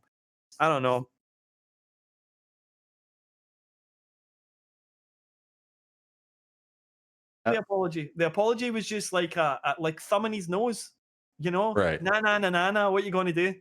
It just feels like another time where everyone needs to be held to the same standards, whether you have one viewer or a million viewers. And unfortunately, it doesn't seem like that's ever going to happen. No, especially because, and like he just proved it with that video. Like he literally could have just like opened the video and was just like holding up a middle finger and was just like, "F you, Twitch," and then ended it. And they would have still been like, "Yeah, it's cool. You come back, bro. Don't worry about it." People, and this is the trade-off, and this is the trade-off for everybody. You look at sports, you look at anything, right?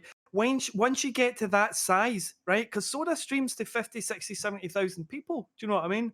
Once you get to that size, unfortunately, you actually have to be held to slightly higher standards than everybody else. That's part of the trade-off. It's part of the trade-off of being famous. You can't get away with doing and saying certain things. Do you know what I mean? That you could get. Oh, my streams went.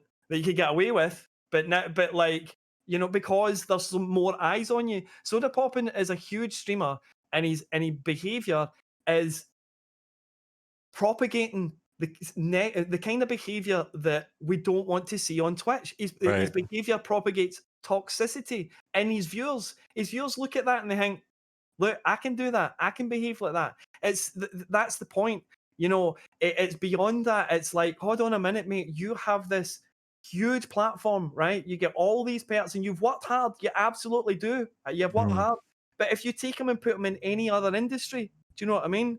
Like, could you imagine someone in their office job? That's their apology. Right. Do you know even then, imagine if that was one of us. Exactly. Imagine if someone our size got banned from Twitch and that was our apology video. Fuck you video. That would honestly, that would be great for us. Yeah, for us. Yeah. True. For us, that'd be great. True. And again, that's great for Soda. Guess what? Again, what are we doing right now? We're talking about Yeah. I mean, it gets people talking about it, but it's just one of those things like, I'd never heard of this dude. He's been brought to my attention. I immediately want nothing to do with him. Yeah. Yep. And now you have like, if you had just been like, "Hey, I enjoy this guy's stream. You should watch it," I would check it out. But if you sent me this video or this article and said, "Yo, check out this dude's stream," I would probably never watch another thing you recommended to me again. Yeah. Yeah. But unfortunately, for as many of you that are MPI, there's just as many young kids like, "Oh, I like that." You know, that's edgy. That, you know, and that's where the damage is, you know.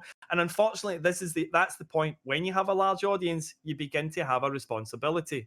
The things that you're saying, these people look to you, they look up to you, they hold you as a role model. Do you know what I mean? And whether you like it or not, that's your trade-off. That's the trade-off of your success. That's part of the not so nice things that come with the great things that come along. Do you know what I mean? And that's life. It doesn't matter. Do you know what I mean? There are people out there that would love to just be able to walk down the street and, you know, but they can't.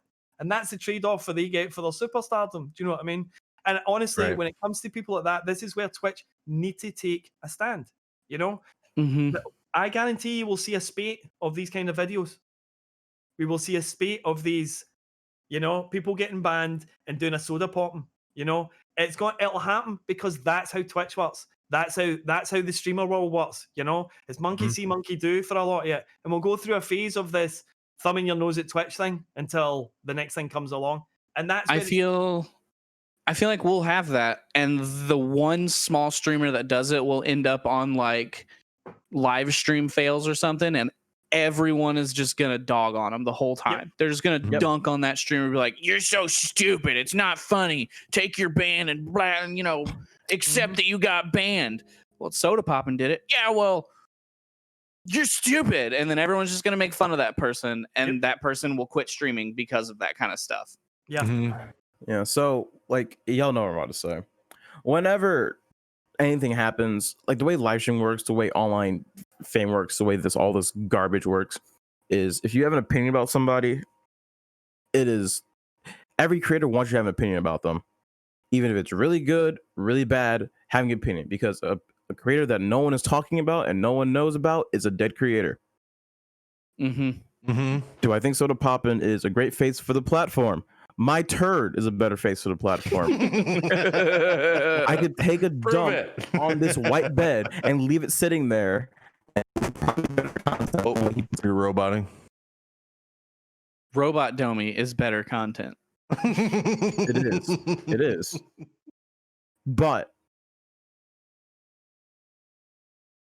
streamers are going to do this. Content creators are going to do this. Whatever will disturb drama, stir shit in the pot. This is 100% what they always want. And you know what I really hate about this is not going to be good long term. I'm sick of it. Because at some point, there's going to be a point where some company's going to be like, listen, I don't want my product advertised on Twitch. Y'all just act a little too wild sometimes. Okay? Like, y'all out here abusing women. Y'all out here, like, thinking every black person's a slave. Y'all out here calling people with disabilities words and hating on every single member of the LGBT community. I don't want to put my product here. And then it's going to turn to YouTube. It's going to turn to YouTube, or just not the gaming space in general. And Twitch right now, they're all gaming right now. No offense to just chatting, but it's that is the majority. Like, this is a heavily gaming space. Right. So I really think it's just can we just act like a little bit decent sometimes? Just sometimes. That'd be dope. Yeah. Just sometimes. Like, scandal once every 3 months max. That's it. Not every week. Yep. Chat, you guys should all go be nice to people today. Ain't every day, but definitely today. Let's start that. Let's just Especially start that, today. dude. Yeah. Especially today. So Say, I love you in chat. There you go. We have Crazy Eyes that wants to join, so let me add him real quick. This is gonna be weird. Here we go. I hope you guys are ready, chat. If for those of you who don't know Crazy Eyes, just his eyes are crazy. Yeah. See if he accepts. There he is. Oh, and he's gone already. All right, and he's back. All right. That was his quickest, What's that up? was his quickest disconnect yet. Oh my god. Are you trying to use your camera right now? What are you doing? Oh, there you are. Oh my gosh. Yeah. There he is. What's up, dude? Yo. Yep. How you doing? How can we help you? Just doing a podcast. Huh? Are you driving or are you sitting in your car? Oh, you're doing a podcast. Yeah. So that's pretty cool, actually. I like that you guys wanted me to be a guest on the show. Yeah. Totally. Thank you. You're welcome. Thank you. Nope, I can't. I wish I couldn't. Do I sound like a robot? Do I sound like a Sadomi? Yep. No, you don't sound No. robotic. Okay. All right, So what do you got for us, man? I was just thinking. Hold on one second. Oh, Thank you so much. You too. Appreciate it. Jesus, dude, are you kidding me? All right. So, first of all, they should. Well, you took so long to call me. So first of all, I was thinking they should have sent the Tatman army to fight the real army when they were trying to get them to, stop being the army or whatever they were doing. Stop being. And then that thought kind of led nowhere. So I wanted to ask you guys, what do you think is going to be the future of platforms that host live streams? So, like Twitch. Google's got YouTube, Facebook has Facebook, and MySpace isn't even around. So, what do you think? Like DoggGaming, or you think I should ask Jeeves? I think you should definitely be asking Jeeves. We should ask Jeeves. I was thinking, like, what about like Game Hub or like Game Hamster? Like, you think we're gonna see, that kind of level of hosting? Microsoft couldn't pull it off, but there's other big websites. Either Yahoo might make a good comeback. You never know, man. I think Bing might be coming back, to be honest. Bing's always been there. What are you talking about? Yeah, Bing's still there because you get Microsoft rewards when you search from it. You can get free stuff. So what's up, Crazy? What was your question? I'm sorry, dude. I have no idea what's going on right now. All right. Okay. So I think basically what his question was is like, what do you think the future of streaming platforms is? Like, who's next? Oh, he's back. Hey. Did I cover that about right? Yeah, no, that sounds about right. What? Dude, I can't. I'll be honest with you, I couldn't hear a single thing that you were saying. Good, perfect. Can you hear us right now? A robot for me, and I couldn't hear anything. But now you sound crystal cool. Ah, yes, good old Discord. So what? So I'm what gonna stop ruining. Oh my God. Obviously, this was a mistake to call it. So, and I'm sorry to all of you. Oh my! I got you, Crazy Eyes. I understand your question. I'll translate. Okay, so he was asking what is like the future of live streaming platforms. Like Microsoft couldn't handle Mixer. Yeah. Who do we have left? Like Facebook has Facebook Gaming. Twitch is obviously Twitch. YouTube has YouTube Gaming. Well, Amazon is Twitch. right? Because Google's YouTube, right, and Facebook. So because these are the big companies. But that just goes to show that's about, again, getting back to the question about Dr. Disrespect setting up a platform. Mm-hmm. That's what it takes to own a company like this. It takes being like a huge conglomerate. You know what I mean? Mm-hmm. You almost have to be like a sub company of a company. Yes. Like you have to have a giant backer. Yeah, there is a company, and they're huge in the tech world. They're doing huge things. I'm not wanting to mention names and stuff like that, because I know we don't do that. But I said it earlier. They're the only company that I could see that has the money to fling at it, and B the a reason to do it. Because wait, can they hear us? Hold on. Oh yeah, they can hear us. They just can't see I think us. just the videos are gone right now. Okay. Yeah. But yeah, there we go. Out with one specific company, I don't see anybody else having a reason to try and push into content creation. I don't know who would be able to. Yeah. Right. And who would want to risk the money of being another Mixer, Right. Like, who else do you have left at this point? If Microsoft couldn't do it, like Apple? No. And they're not going to do it. Yeah. I put in the DM because I don't really want to mention, what do you call it, names. Yeah. What you're talking? Yeah. Yeah, that's not gonna make it.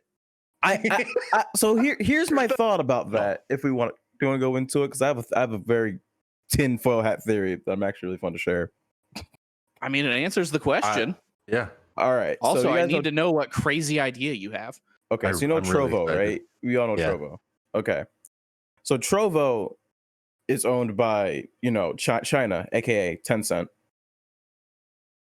And what I'm thinking is, I'm not sure how live streaming is over in China. I haven't expected that market, but I know since they're a closed community, more or less, with the amount of their online censorship, I'm thinking that maybe they want to dive into that market. They haven't already. And then use Trovo as a way to kind of see what works as a test site, as so you will, to work over in mainland China. And if that does work over here, they try it over there and they should see similar results, hopefully. And then also they can start taking data on a lot of different streaming practices and different streamers and different like trends, and use that as advertising data, and use that to fund other programs outside of Trovo itself. In other words, Trovo is just a big R&D department disguised as a streaming platform. Yeah. I mean, I'm not saying that they definitely will, but to me, they're the only company out there with the resources and any real reason to start a platform. You know, like what other huge companies can you look at and think, yeah, there's a good reason for them to get into creating a platform? There are none, you know, if we're looking at the kind of money that's needed. And so, as I say, I'm not saying that they will, you know, but they're the only company out there with it that could be realistically doing it. Do you know what I mean? So yeah, that's and out with that, and they don't have a great reputation. So that was my thing. Yeah, they have a terrible reputation with like, especially with the gaming community. So a lot of people are going to go, I'm not going to sign up for that just on the principle of who it's owned by. Yeah. So like, that's why I kind of run into it again. Like what other company could it possibly be? Who's left? Like Microsoft couldn't do it. Obviously. I mean, Sony hasn't expressed any interest in it.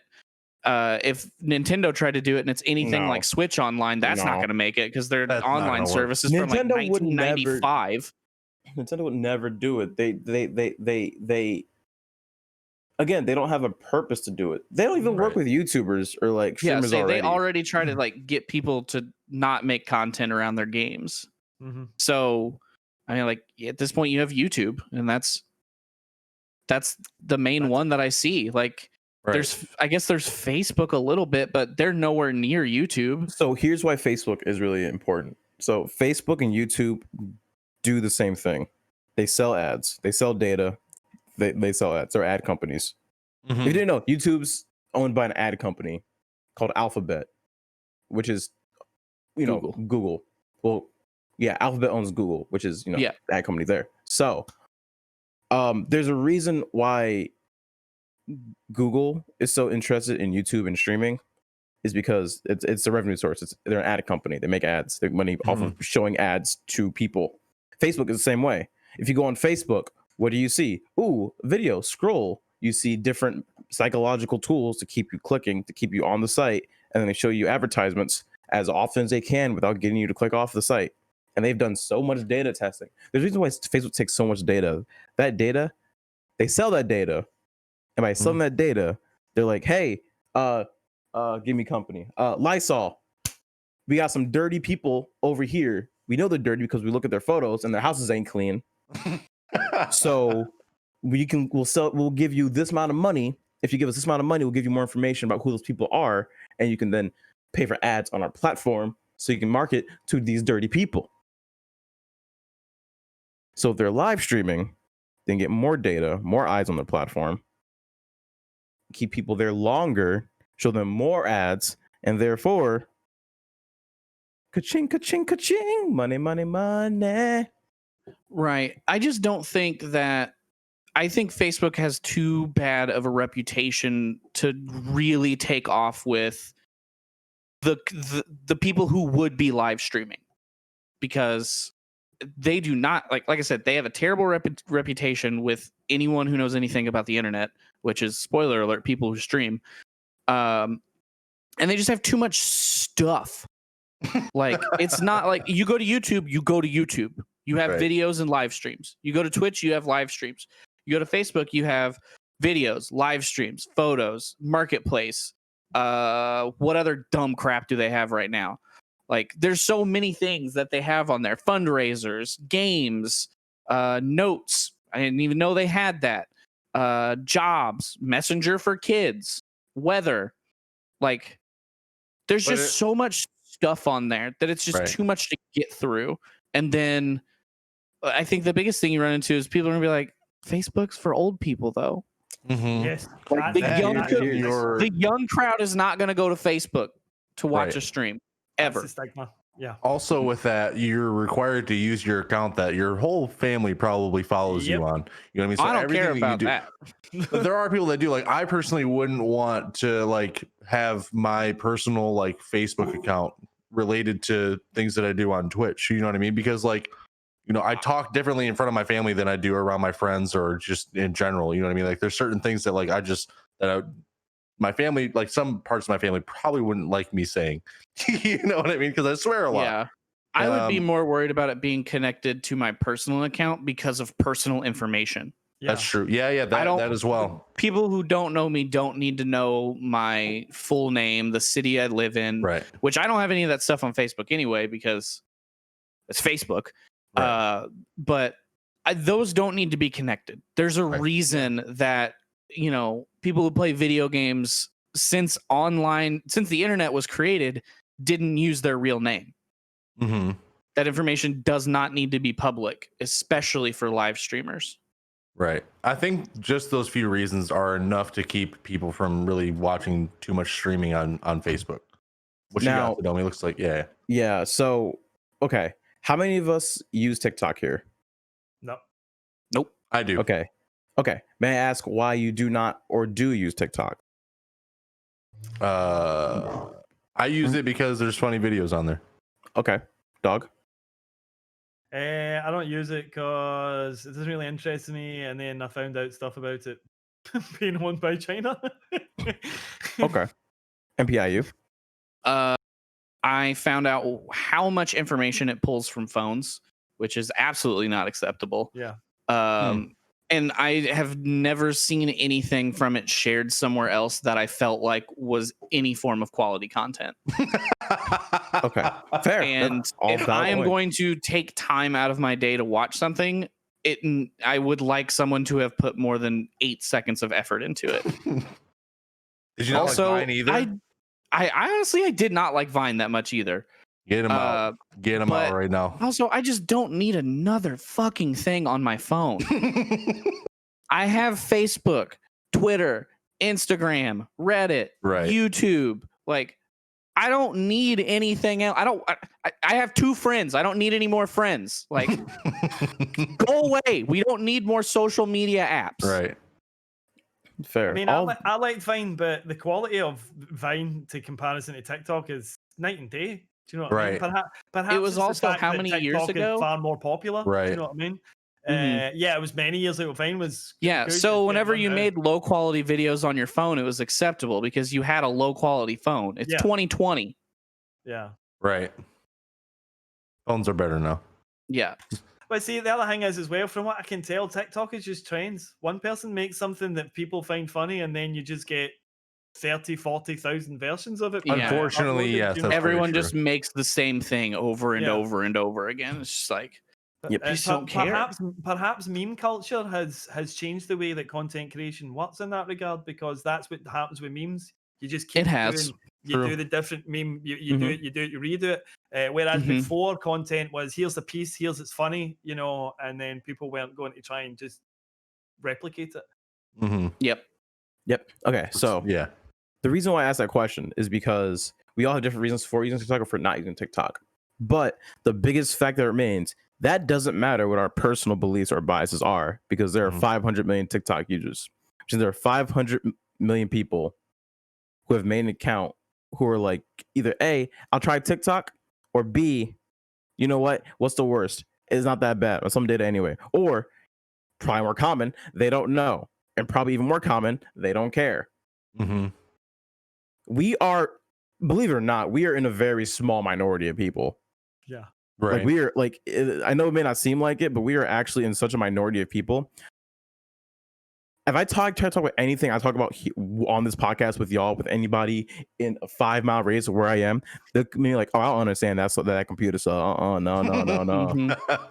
Well, it stresses me out so much that like I have a lot of friends that work in IT that use TikTok. I'm like, you know why that's bad. You just don't care. Yeah.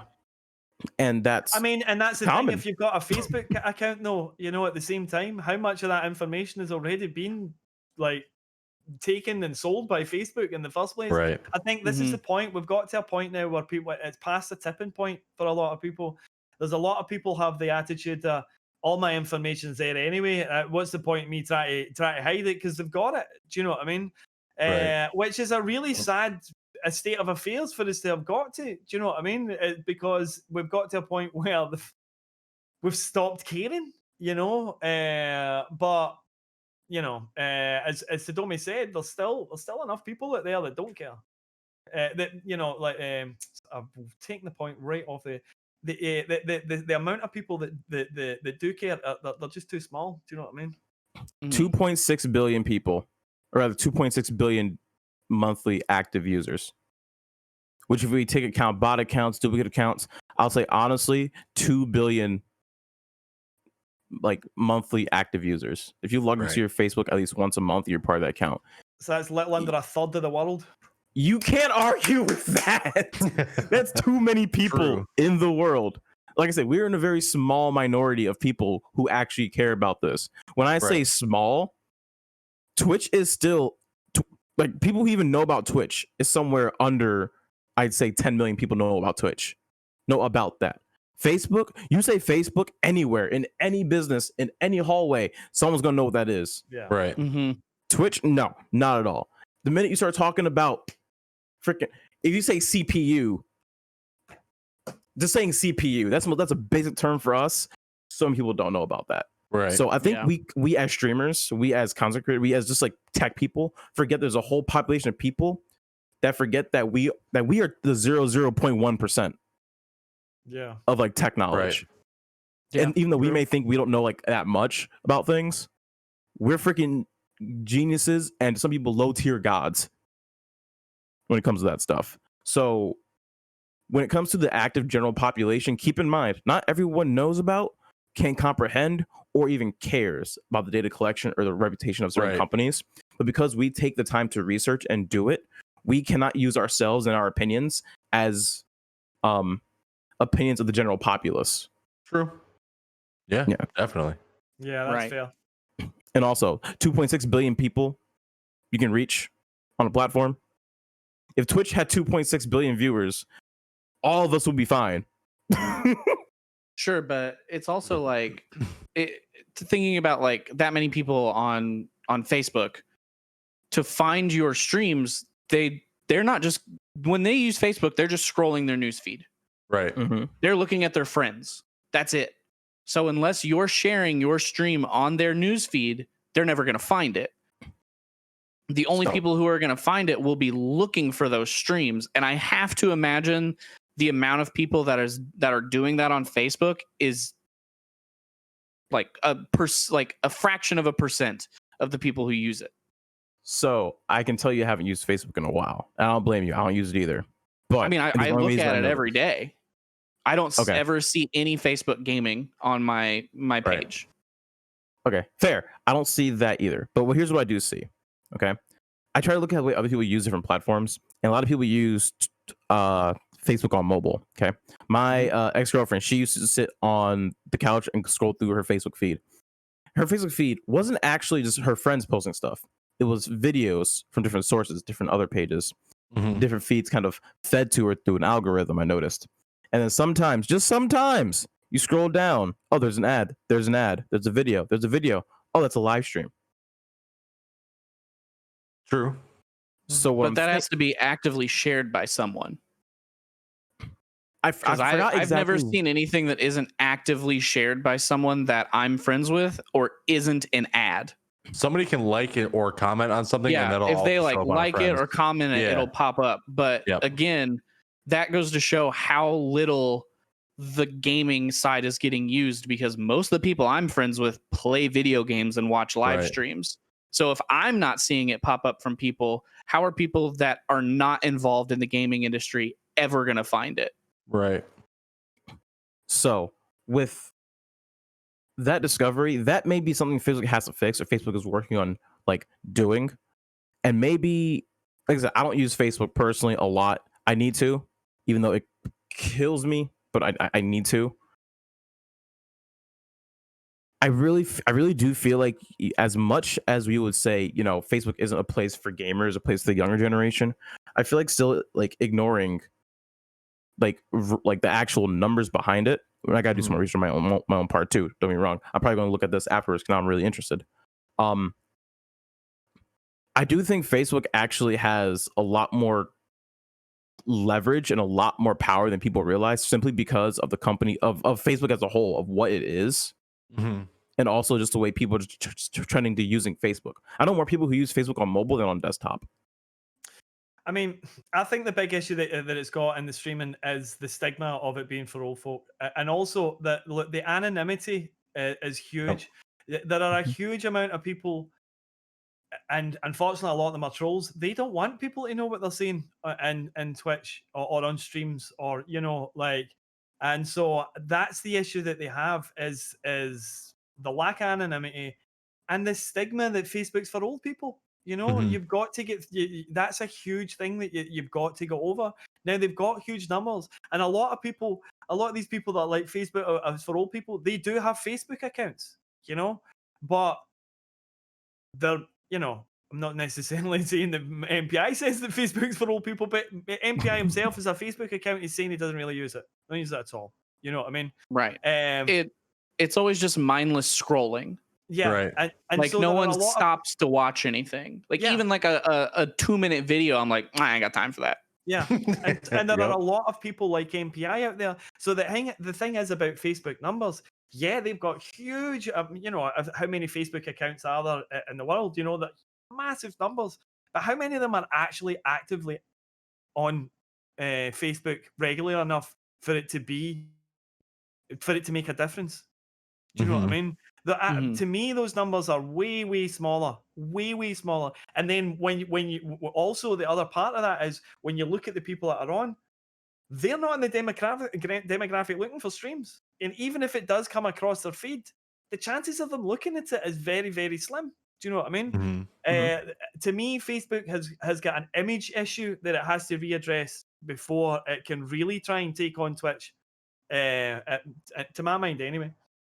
What I think would have been a smarter move and would have made more sense if Facebook wants to have a streaming platform is to have bought Mixer and kept Mixer the way it was. Yeah. Because think about it like this. You want to go watch TV, right?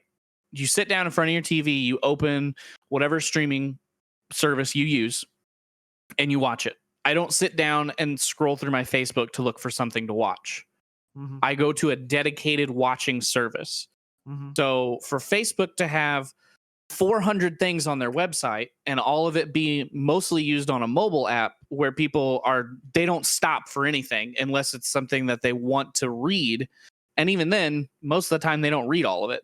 They skim it and move on. Even if your stream shows up, most people aren't going to go, oh, I'm going to stop my scrolling now and watch this stream.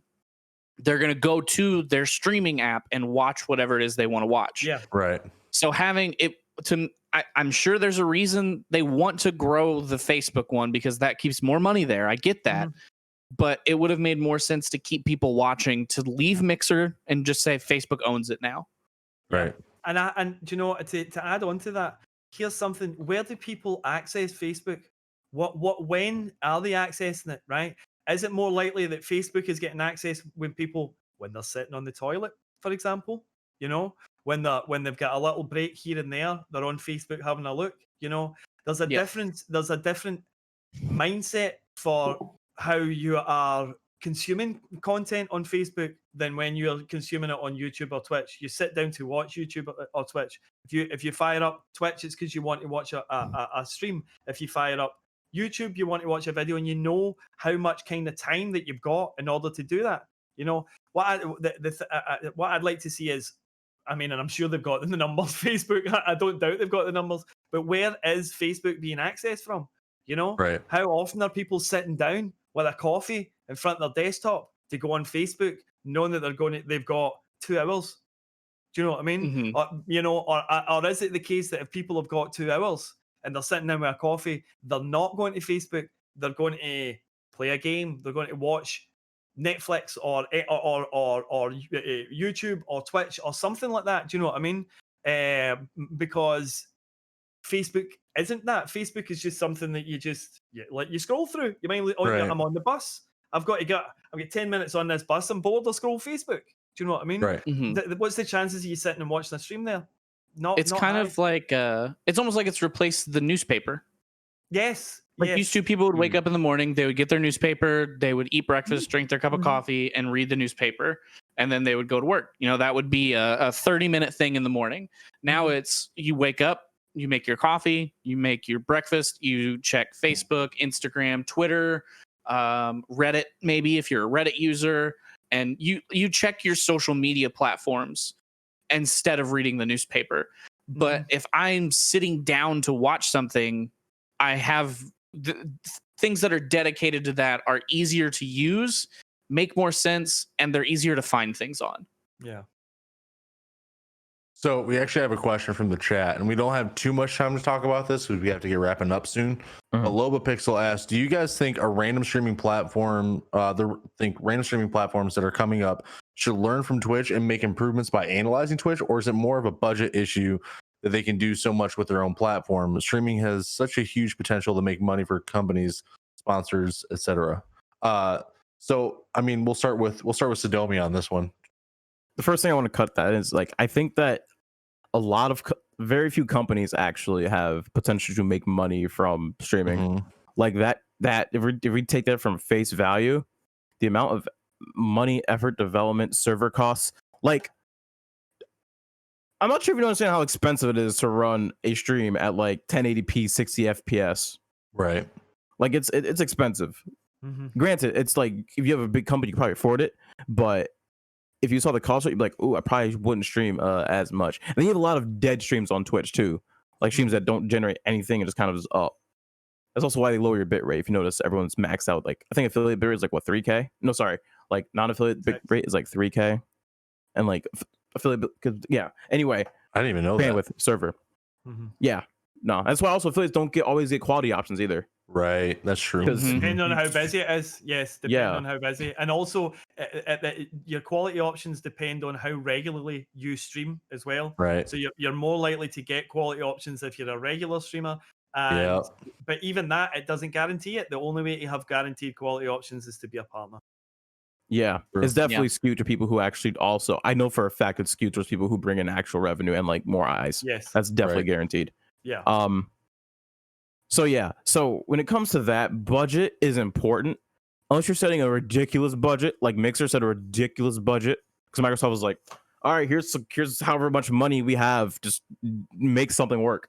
And they tried, and they spent a lot of it on Ninja and Shroud and didn't get the returns they wanted, and they pulled the plug. Because even Microsoft, even though how big Microsoft is, everyone here is using a Microsoft machine. That's true. Microsoft has the most popular operating system in the world. Yeah, I think it's the operating system. No, it absolutely is. Yeah, it definitely absolutely is. Yeah, it absolutely is. The only one you can Apple, that's like you. Anyway, you're robot on this. Okay, you're back. Skip on it. No, you're not. Apples, bananas, good. We're good. There you go. Okay. It was like back and forth for a second.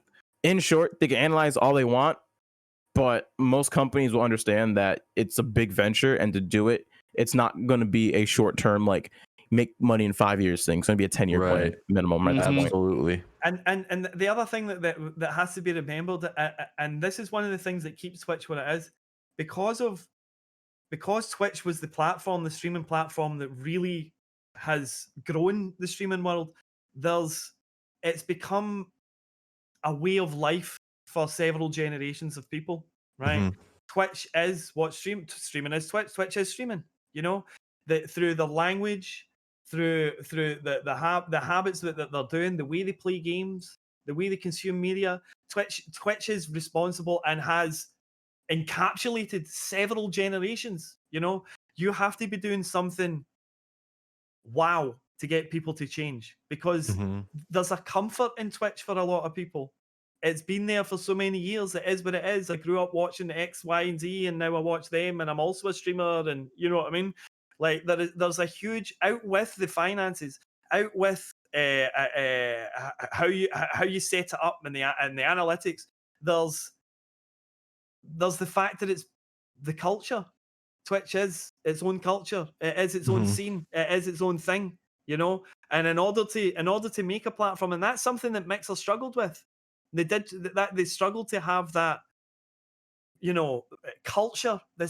You know. Now, don't get me wrong. There's a lot of things that are wrong with Twitch, right? And, you know, there are a lot of things culturally that are wrong with Twitch, you know. But it is what it is, you know. And people are invested in it in the way that they are, and it takes a huge thing to break that investment. A huge thing. So yeah, money to me is the big stumbling block, you know. Right. MPI, what do you got about this one, my dude? Yeah, I mean, kind of like you said, Dogg, money's a huge thing, and it's not cheap or easy to run a platform like this. So you have to have a huge fund just to start. And then you have to keep it going until you get to the point of being very profitable, which is not going to be an overnight thing. It's not going to be a quick thing. If you're running a platform like this, it's a pretty long haul. And I think the hardest part is just like we were talking about earlier. Like I said, one of the reasons I don't want to use TikTok is I just don't want another thing. Right. There's so many apps. There's so many websites that you have to sign up for that pull your attention. I don't want more of them.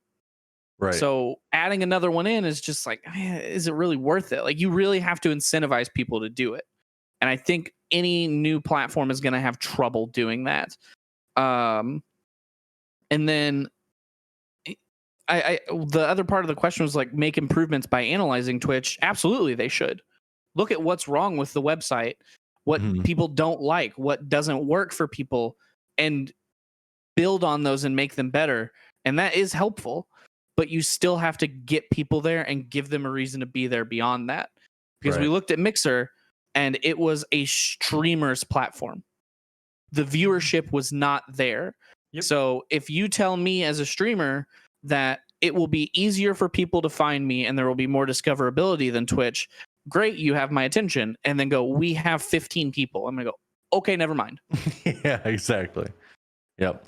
A huge issue is coming up with a way to get a user base going, because Twitch has a user base because it was the only real streaming thing for a while. Mixer tried to do it, but people like MPI, they don't want another thing. So it's just another account that has to be created. So whatever new platform that will eventually come out, if it wants to be successful, it has to do something different than just be a streaming platform. It's the same thing as like a new streamer, you know, starting to stream on Twitch, and they think that that's enough to start getting some sort of traction. You know, be like, I'm streaming, so you should come watch because I'm a streamer now. It's the same thing as what Microsoft tried to do with Mixer. Like, we made a streaming service, come watch because we have a streaming service. But it has to be so much more than that, and you can't just bring over, you know, top tier content creators and be like, we have good content creators, come look at us. People don't care. It has to be something that's different enough to be enticing enough to just make a new account, because nobody wants to make new accounts. That's too many passwords, that's too many things. It's a hassle. Yep. And I think a lot of us have probably, I know I had people tell me that whenever there was a point where I thought about moving to Mixer, because I legitimately liked the website more, I liked the culture more, and it you know, they actually, you know, responded to their community. You know, their Twitter would get back with you. They had a lot of community focused things, which I thought were really cool. And I even had people tell me, like, I'm going to be 100% real with you. I will not follow you there because I'm not making another account. I don't want another thing. Like, I just want to go to a website and I want to watch stuff and I want to be left alone. Like, it's all I want. Like, I want this to be simple because, you know, you have so many social media apps. Depending on what kind of job you have, you might have so many like softwares and programs you have to use at work. And then you come home and it's like, okay, well, is somebody live on Twitch? No. Is anybody live on Mixer?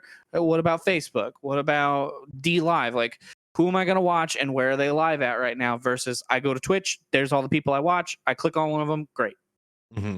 It's just one, you just don't have to think about it. You know, it's just one less thing that I have to deal with all the other stuff that we have to deal with in our day-to-day lives. Right. Loba, I hope we were able to answer that question for you. Does anybody else have anything on this one before we wrap it up? All right, so that's going to be the end of the show today. We will catch you guys next week, Monday morning, 11 a.m. EST, as always. DoggGaming, where can people find you, and what are you up to on your Twitch channel these days? You can find me in Dogg_gaming on Twitch and DoggGaming on all the other platforms, Twitter, YouTube, example. I am a variety streamer, but mostly focused on FPS games and having strong community values as well, and a safe space for your mental health, any mental health issues you have. You can come into the stream, talk about these things without fear of anything negative, you know. So yes, positive space and try to make things a little bit better out there. All right, awesome. MPI, where can people find you, and what have you been up to lately? Yeah, you can find me at MrPureInstinct on everything, Twitter, Instagram, Twitch, YouTube. We do weekly Vampire the Masquerade tabletop sessions. Sadomi is one of my other players in that. We do that every Monday night. Tuesday nights, I am starting a new series with my best friend in the whole wide world, who's the best man at my wedding. I am taking him through all of the Halo campaigns. He has not played them. Halo Infinite is coming out. If you can't tell by looking behind me, I like Halo a little bit. I've heard of it and played it a couple times. So we decided to get together, and I am going to walk him through those and help him through all of them. Wednesday, Thursdays are variety nights, usually a story game of some kind. And can I plug something real quick? Like, yeah, do big? it up, man. Yeah, cool. It's your time. So this weekend, August 1st and August 2nd, we are doing a 36-hour charity stream for heart support. We've talked about heart support a couple of times on here. I have some amazing community members who are volunteering their entire weekend to help me make this happen, including Sadomi. He will be live on a couple of sessions there. Awesome. So we're starting at 10 a.m. Central Standard Time and going till at least 10 p.m. on Sunday, maybe later, depending on how everything's going. We have art to give away. We have games to give away. We've got all kinds of incentives. I'm going to dye my beard and cut it into a weird way that people will choose if we reach certain amounts of money. That's why I haven't cut this whole thing off, is just for this event. So if you like games, if you want to support a mental health nonprofit and help us do it, come by this weekend. We would love to have as many people as we can and as much help as we can get.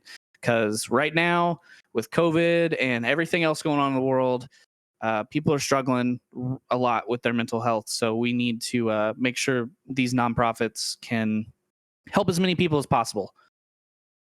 Hell yeah, man. Sadomi, thank you for being a great co-host as always, my dude. Where can people find you, and what are you up to these days on your channel? You can find me at 36 Mountain View. I'm kidding. What? Don't do it. Anyway, everyone, I'm Sadomi. I talk about social media stuff, industry things, related to streaming, because I love doing this part. But I also do stream at the Sadomi.show. That's a URL link I'll post in chat too. It's the best part. Go there. There you go. And also find me on Twitch, Twitter, the Bluebird. Sadomi TV. I forgot to plug today. When you have only 2 hours of sleep, like, plugging is the hardest thing to do. I had a whole script and everything. Anyway, screw it. Right now, go follow me right now. If you have a browser, do it right this second. If not, then you ugly. Don't be ugly. You ugly. What if we just are ugly? Do we have to unfollow? Ooh. Do you get less ugly if you do follow? Yeah. Yes. All right, look at me. If Have you seen me? I'm beautiful. So of course it's gonna radiate off. It's like osmosis beauty. It comes from me into you. The beauty. Well, there you go. Now you know, chat. Go be not ugly and go hang out over there. All right. And I'm Velokk_TV. You can find me at Velokk_TV on everything. And yeah, I play video games on the internet. You should check it out. It's called streaming. It's on this website called Twitch. It's pretty dope. But yeah, so that's gonna be it for today. We'll see you guys next week. Thank you guys again. Stay safe out there, and as always, Sadomi, blaze it. There you go. Take it easy, everybody. Have a great day.